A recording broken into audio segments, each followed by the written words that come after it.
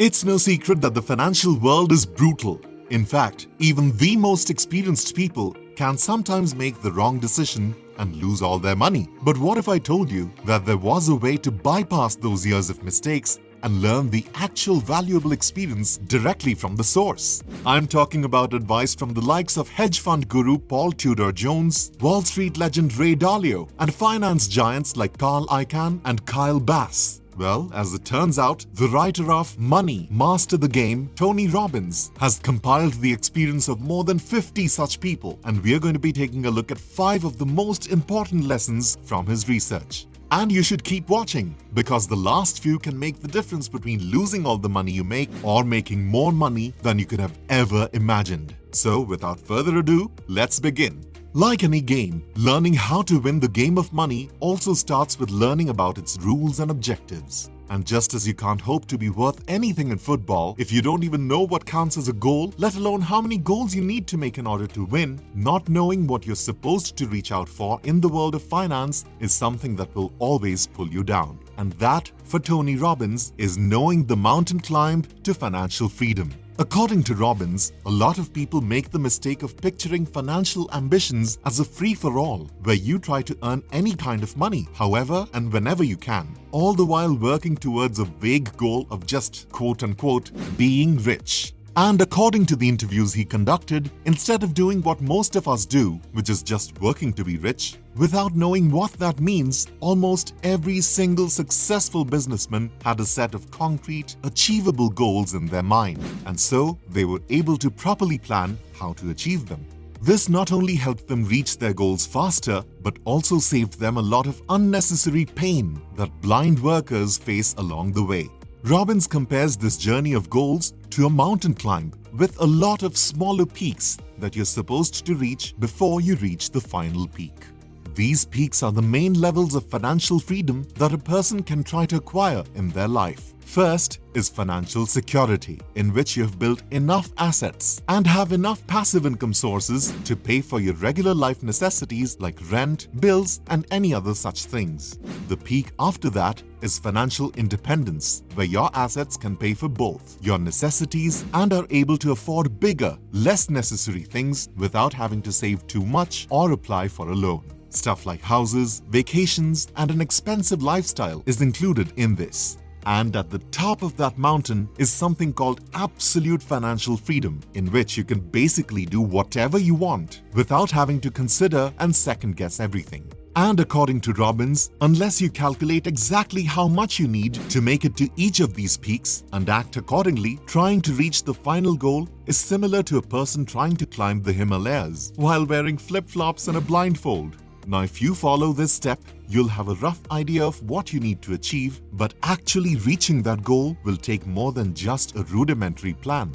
You also need to be able to get there with the least amount of resistance possible, and that's where the next takeaway comes in: how to speed up your climb.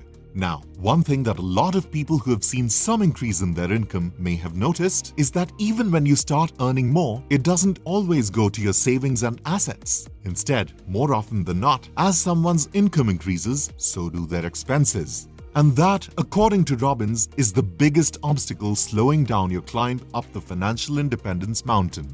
But according to him, that is no reason to be deterred, because just like how an experienced climber can give an amateur tips on how to climb a difficult mountain, financial veterans also have some recommendations that Robbins compiled in his book. According to him, the first thing to do when trying to climb the financial mountain is to make the decision to not just be a consumer, but also an owner and an investor. This will change your mindset about what your goal in finance is and help you move from trying to increase your pay to trying to increase your assets and sources of income. The second step is even more important. You see, to solve the problem that we described just a minute ago, people who start to see some success in their work have to not let that increase in income get to their wallet. As he says, the best way to save is when you don't see the money in the first place. For this, you have to set a specific monthly amount of money you're allowed to keep while putting the rest without even thinking about it. This way, you'll be able to stay alive and comfortable without getting too accustomed to higher pay. Another thing that may slow you down along the way is things like taxes and unnecessary fees that act as friction on your financial ascent. So try to remove as many unnecessary routine expenses from your life as possible, no matter how small, while also trying to avoid unnecessary taxes by investing in tax-deferred bank accounts like Roth IRAs or pension funds. Now, that covers the things that may prevent you from earning enough, meaning that with this, you should have a pretty consistently increasing savings balance in no time. Which brings us to what you should do with it. So let's talk about that. The All-Weather Portfolio. Now, although the first two steps are difficult, there are quite a few people that reach this stage on their own. But this is also where they start to scatter around the most. And all of that comes down to one thing. Simply having money saved does not mean that that saving will stay the same. Now, I'm sure that some of you are thinking that I'm talking about inflation and how it will always slowly devalue saved money, rendering it worthless, and are thinking to yourself that the solution is to instead save the money in the form of stocks that rise over time. But even there, market trends can cause you to lose money faster than even inflation can. And if you avoid that too and try to invest in things like gold or other commodities that don't traditionally lose their value, but even then, political decisions can change their valuation significantly. The biggest example of this was when the US moved away from the gold standard, causing massive market mayhem that no one was prepared for. But there was one person who saw that event and decided to find a solution that could stay safe in any and all conditions. That man was Ray Dalio, and today he is the owner of the world's largest hedge fund. And the solution he came up with was the All-Weather Portfolio, an investment strategy that, according to him, would perform well across all environments, be it a devaluation or something completely different. And the best part is, you don't need to become part of a hedge fund to do this either, because all you have to do is invest in the following asset classes in the given percentages: 30% in stocks, 40% in long-term bonds, 15% in intermediate-term bonds, 7.5% in gold, and 7.5% in other commodities. If you're able to do that, you will be able to retain your wealth without losing it even in the worst scenarios, and in some cases will even make massive gains over it. And that brings us to the next part of the video. Income should be the desired outcome. Now, if you've followed all the steps up to this stage, you should have saved the amount of money you need for financial independence, and that money would be in the form of a fund that hasn't lost its value. And now you should be able to simply take out your savings and retire. Sounds pretty easy, right? Well, here's the thing. Even if you did do everything perfectly and have those savings at the start of your retirement, the fact of the matter is that those savings don't guarantee that it will stay usable throughout your retirement, let alone last through all of it.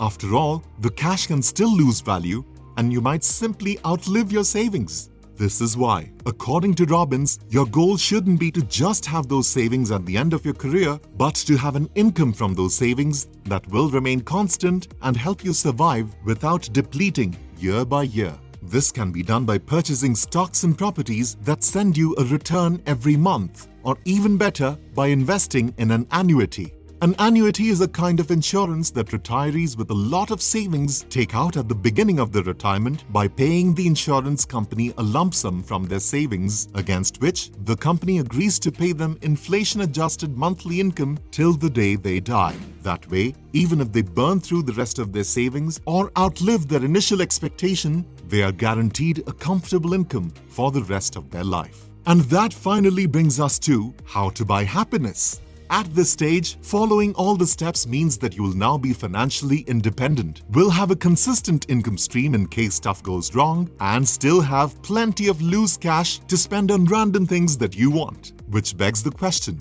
how should you spend it? Of course, the right answer is however you like.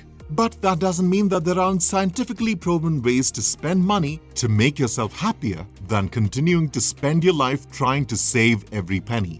It has been proven time and time again that the act of spending money imparts more happiness than having it. So try to live the dreams you've always wanted to. Similarly, spending that money on people and things other than yourself has also been shown to increase a person's life satisfaction, and it may be related to an increased lifespan as well. And that is really all you need to know, because the only reason we try to master the game of money is not to have it, but to be able to spend it comfortably after having strived for it for so long. And that wraps up our summary of Robbins' book. And if you're interested in learning more about stuff like this, please consider subscribing to the channel and ringing the bell so you don't miss any future videos. And before you go, please let us know how you intend to use your earnings to get richer or to buy expensive stuff. And well, on that note, we must end today's video. I hope you found it helpful, and if you did, be sure to leave a like. And with that, take care, and I'll see you guys next time.